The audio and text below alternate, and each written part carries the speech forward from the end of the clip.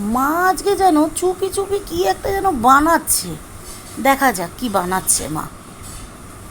ও বাবা, এ তো দেখছি চাল কুমড়ো, যেটা আমরা কেউ পছন্দ করি না।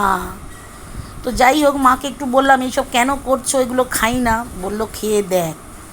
তো তাহলে চলো এই রেসিপিটা তোমাদের সাথে একটু তাহলে শেয়ার করে নিই। এর মধ্যে ডিম দিয়েছে, হলুদ দিয়েছে, আর চাল কুমড়োটাকে কুড়িয়ে নিয়ে নিয়েছে।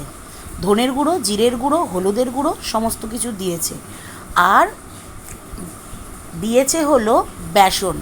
পুরো ব্যাপারটাকে ভালো করে মেখে এটা ভাজা হবে। তো চলো দেখি। আর নুন মিষ্টি তো এর মধ্যে দিয়েছেই, ওটা তো স্বাদ মতো। এবার সমস্ত কিছু দিয়ে চাল কুমড়োটাকে ভাজা হচ্ছে। দেখা যাক কেমন খেতে হয়। ভাজা হয়ে গেছে। ভাজা হয়ে যাওয়ার পর ঠিক এরকম দাঁড়িয়েছে। কি জানি বাবা কেমন হবে, জানি না। মারা মনে হয় এরকমই হয়। ভালো কিছু খাওয়ানোর জন্যে এই গরমের মধ্যে এত কষ্ট করে রান্না করছে, যাতে আমাদের শরীরে একটু ভালো কিছু ঢোকে। তো চলো এইবার মা পেঁয়াজটা ভাজলো।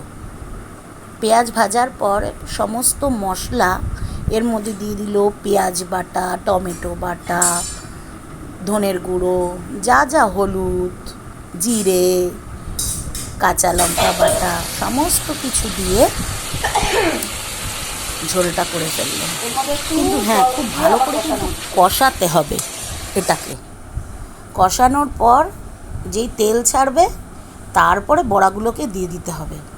আমি তো শুধুই বড়াগুলো খেয়ে নিয়েছি। দুখানা বড়া খেয়েছি, অসাধারণ রয়েছে।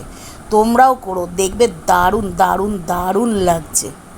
তো কেমন লাগলো এই রেসিপিটা তোমরা কিন্তু জানাতে ভুলো না। আর লাইক, কমেন্ট, শেয়ার করতে ভুলো না। টাটা।